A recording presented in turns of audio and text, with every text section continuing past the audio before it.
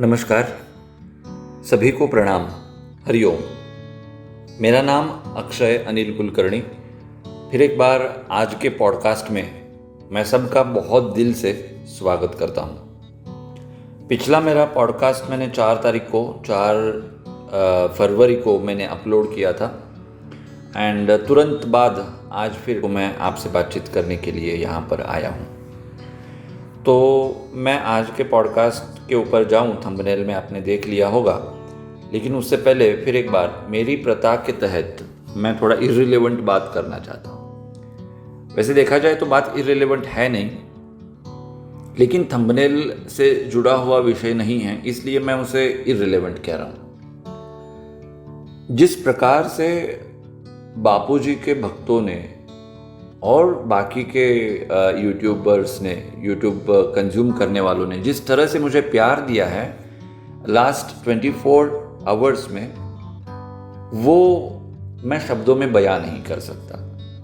करीब 850 मेरे सब्सक्राइबर्स बढ़े हैं। जो पॉडकास्ट मैंने अपलोड किया था उसको 25,000 यानी 25,000 से ज़्यादा लोग 24 घंटे के अंदर देख चुके हैं। उसको करीब 1600 लोगों ने लाइक किया है और करीब 550 या 600 लोगों ने उसके ऊपर कमेंट किया है। स्वयं मेरे लिए ये एक ताजुब का विषय है। I am surprised, I am overwhelmed, I am emotional, I am feeling टची। मेरे पास दरअसल अगर आपको बताना है तो मेरे पास शब्द नहीं है। हमारे संस्कृति के मुताबिक मैं सिर्फ आभार ही प्रकट कर सकता हूँ। I just can express my gratitude. जो भी प्यार आप लोगों ने मुझे दिया केवल एक पॉडकास्ट के लिए, बहुत बहुत दिल से, दिल की गहराइयों से साधुवाद, बहुत दिल से धन्यवाद। Thank you so very much. आज मैं आपको कहूँगा कि इसी तरह से आप कृपया मेरे साथ बने रहिए, सो दैट मुझे बात करने के लिए अवसर भी मिलेगा, इंस्पिरेशन भी मिलेगा, डेयरिंग भी मिलेगा, प्रेरणा भी मिलेगी। तो मेरे साथ बने रहिए। अभी तक अगर आपने मेरे चैनल को सब्सक्राइब नहीं किया है तो ज़रूर मेरे चैनल को सब्सक्राइब करिए। इस तरह की बात रखने के लिए मुझे आगे आना पड़ेगा। मैं आगे तभी आ पाऊँगा जब आप मेरा समर्थन करेंगे, जब आप मुझे सपोर्ट करेंगे। दिल से रिक्वेस्ट है, please subscribe to my channel and please be with me. चलिए अब थंबनेल की ओर बढ़ते हैं। जो प्रश्न मेरे मन में आ रहा है कि बापू आज भी अंदर कैसे, 9 सालों के बाद भी बापूजी अंदर रह सकते हैं, इस विषय पर मैं खुद विश्वास नहीं कर पा रहा हूं। क्योंकि बापूजी एक बहुत महान संत है। बापूजी ने लाखों लोगों के जीवन में परिवर्तन लाया है। वो परिवर्तन चमत्कारिक परिवर्तन थे। बापूजी समय से आगे थे।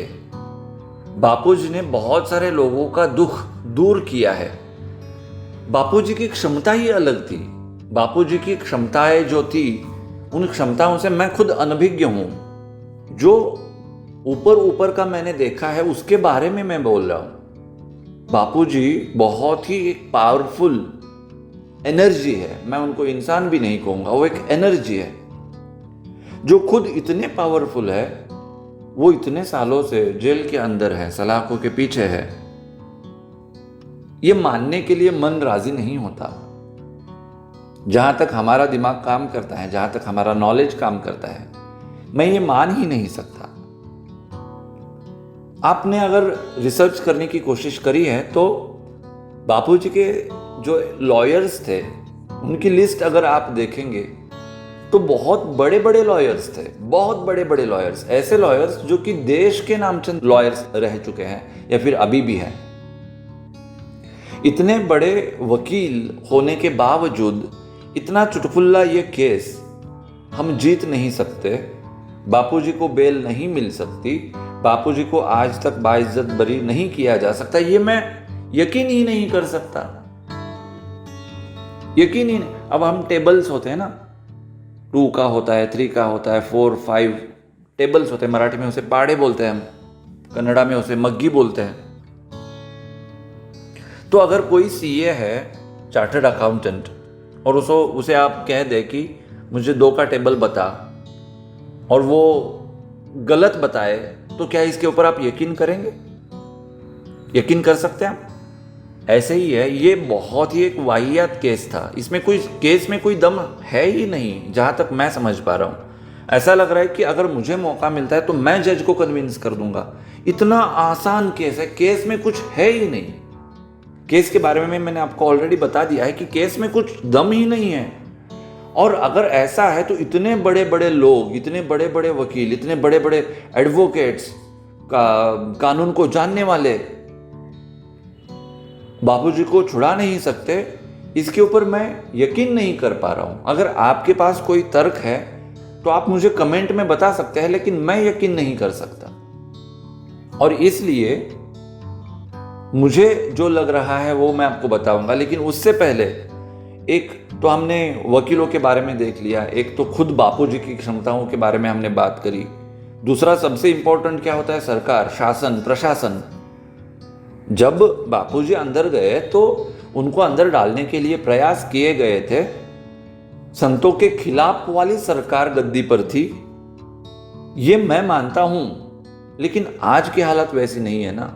बापूजी तो अंदर चले गए, लेकिन उसके बाद प्रदेश में तो पहले से ही बापूजी के समर्थन वाली सरकार थी, लेकिन उसके बाद पूरे देश में इस तरह की सरकार बनी कि जो संतों का समर्थन करती है, जो देश में राम मंदिर बनवा रही है। अब खुद मोदी जी और बापूजी कितने नजदीक थे, ये हम सब लोग जानते हैं। ऐसा होते हुए भी सरकार, प्रशासन, शासन, स्वयं मोदी जी बापूजी का साथ नहीं दे रहे हैं। ये मानने के लिए मैं तैयार ही नहीं हो पा रहा हूं। दिखाई तो यही दे रहा है, लेकिन मैं कैसे मानूं? ये तो एक सनातन को प्रमोट करने वाली सरकार थी ना, तो ये बापूजी के खिलाफ कैसे चली गई? अभी हाल ही में धीरेन्द्र शास्त्री बाबा जो है हमारे, उनके बारे में हम सब लोग जानते हैं कि पूरा संत समुदाय इकट्ठा हुआ था, पूरा संत समुदाय उनके साथ में खड़ा हुआ था, पूरा संत समुदाय उनके बारे में अच्छा बोल रहा था। यहां पर बापूजी का जब केस आता है तो वो संत समुदाय भी मिसिंग है। मतलब अगर एक कोई इसमें बात 19-20 होती तो मैं मानता हूं। पूरा संत समुदाय, जिसे हम धर्म सत्ता कहते हैं, कितनी बार मुरारी बापू ने हमारे बापूजी का जिक्र किया, कितनी बार श्री श्री रविशंकर गुरु जी ने बापूजी का जिक्र किया, कितने बार बहुत बड़े बड़े हमारे देश के जो संत अभी भी है, धर्म गुरु जो अभी भी है, शंकराचार्य जो अभी भी है, जिन शंकराचार्य के लिए बापूजी रास्ते पर आए थे, कहाँ गए वो सब लोग? कोई साथ नहीं दे रहा। ना प्रशासन साथ दे रहा है, ना लॉयर साथ दे रहे हैं, ना जुडिशरी साथ दे रहे हैं। यहां तक कि मुझे ऐसा लग रहा है कि संगठन के लोग, आश्रम के लोग, यहां तक कि बापूजी की जो फैमिली है, उन फैमिली के लोग जिस तरह से बापूजी को सपोर्ट करना चाहिए था, जिस तरह से बात को आगे बढ़ाना चाहिए था, जिस तरह से इस बात को सामने रखना चाहिए था लोगों के, नहीं रखा गया है। अभी तक जितना मैं इसको जानने की कोशिश कर रहा हूं, मुझे तो इतना ही समझ में आ रहा है, और इसका कंक्लूजन निकल के ये आ रहा है कि बापूजी के साथ तो कोई भी नहीं है, बिल्कुल कोई भी नहीं है, सिवाय उनके अनुयायी के। उनके जो अनुयायी हैं उनको बहुत पीड़ा होती है, उनको बहुत दुख होता है, उनको अच्छा नहीं लगता कि उनके बापूजी अंदर है। लेकिन सिर्फ ऐसा करने से क्या होगा? ये करने से क्या होगा? विलाप करने से क्या होगा? ये तो मेरा प्रश्न है ही, लेकिन उससे ज्यादा जटिल प्रश्न ये है कि इस तरह की परिस्थिति निर्माण क्यों हुई? ये एक बहुत बड़ी गुत्थी है मेरे लिए। मैं इस गुत्थी को सुलझाने की कोशिश कर रहा हूं, और इस गुत्थी को सुलझाने के लिए मुझे अध्यात्म का ही सहारा लेना पड़ेगा। मुझे आगे जाना पड़ेगा, मुझे स्वयं में जाना पड़ेगा, मुझे खुद के अंदर जाना पड़ेगा, और इस सवाल का जवाब मुझे ढूंढना पड़ेगा, और इस सवाल का जवाब मुझे हर हाल में ढूंढना पड़ेगा। और मैं पूरी कोशिश करूंगा कि ये क्या है। एक सनातनी होने के नाते, एक देश का सुजान नागरिक होने के नाते, बापूजी को चाहने वाला होने के नाते ये मेरा पूरा अधिकार बनता है कि मैं इस सवाल को तराशने की कोशिश करूं, मैं इस सवाल के लिए जवाब ढूंढने की कोशिश करूं। मैं करूंगा, मैं मेरी तरह से करूंगा, आप भी करिए, आप भी करिए।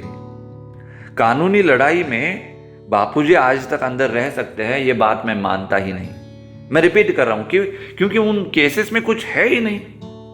अगर उन केसेस में कुछ है ही नहीं तो बापूजी अंदर कैसे रह सकते हैं? तो बापूजी अंदर क्यों हैं? बापूजी स्वयं अगर चाहेंगे तो वो अपनी लीला दिखा सकते हैं, वो बाहर आ सकते हैं, लेकिन बापूजी स्वयं भी अपनी लीला नहीं दिखा रहे। और इसलिए मैं कह रहा हूं कि ये एक बहुत बड़ी गुत्थी है। मैं कोई डिप्लोमेटिक बात नहीं करना चाहता। आपने मेरे पॉडकास्ट को बहुत सराहा है, बहुत चाहा है, इसलिए आपको बहलाने के लिए मैं कुछ भी बात करूं, ये मैं जिंदगी में नहीं कर सकता। मैं अगर बात करूंगा तो सच्ची बात करूंगा, मैं दिल से बात करूंगा, मैं हृदय से बात करूंगा। और जो मुझे अभी समझ में आ रहा है वो यही है कि ये एक बहुत बड़ी गुत्थी है। साजिश तो खैर है ही, उसमें कोई दो मत नहीं है, लेकिन बहुत बड़ी गुत्थी है। इस गुत्थी को सुलझाने के लिए मैं कोशिश करूंगा। लेकिन अभी सवाल ये उठता है कि बापूजी के अनुयायी इस नाते, सनातनी होने के नाते, बापूजी के भक्त होने के नाते हम क्या कर सकते हैं? ये बहुत बड़ा सवाल है। और ये जो सवाल है ना, हम क्या कर सकते हैं, यही सवाल इस पूरी गुत्थी के जड़ तक जाने के लिए, पूरे यहाँ पर रूट्स तक जाने के लिए हमको मदद करेगा। हम ये एक सवाल लेकर ही आगे बढ़ सकते हैं, दूसरा कोई सवाल हो नहीं सकता कि हम क्या कर सकते हैं। जैसे आप लोगों ने लीला दिखाई है, जैसे आप लोगों ने मुझे सपोर्ट दिया है मेरे पॉडकास्ट के लिए, वो दर्शाता है कि आप कितने आउटस्पोकन हो चुके हैं इस चीज़ को लेकर। लेकिन सिर्फ आउटस्पोकन होने से बात नहीं बनेगी, सिर्फ चर्चा करने से बात नहीं बनेगी, मेरे पॉडकास्ट को लाइक करने से, लोगों से शेयर करने से बात नहीं बढ़ेगी। वो तो खैर आपको करना ही पड़ेगा, लेकिन उससे अलावा भी दो चीज़ें मैं आपको करने के लिए कह रहा हूँ, दो चीज़ें।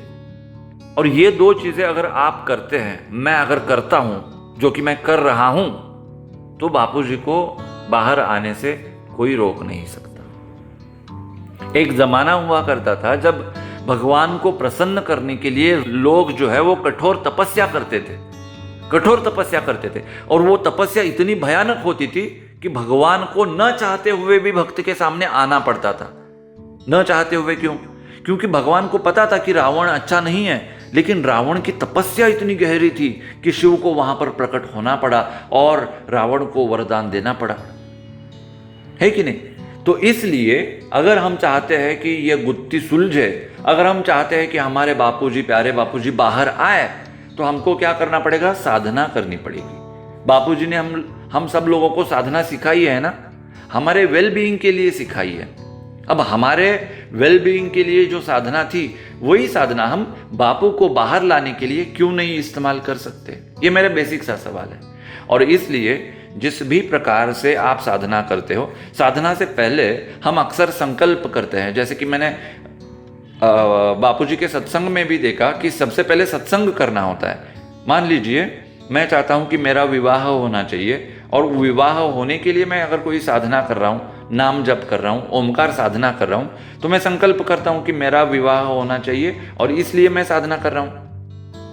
अगर मुझे, मेरा लक्ष्य है कि महीने में 2 लाख रुपए मिले और ये मिलते रहे और मैं बहुत अमीर बनूं, मेरे पास बहुत ज़्यादा अर्थ हो, ताकि मैं सनातन की सेवा कर सकूं, मैं लोगों की मदद कर सकूं, और इसलिए मेरा आर्थिक रूप से बलवान होना बहुत ज़रूरी है।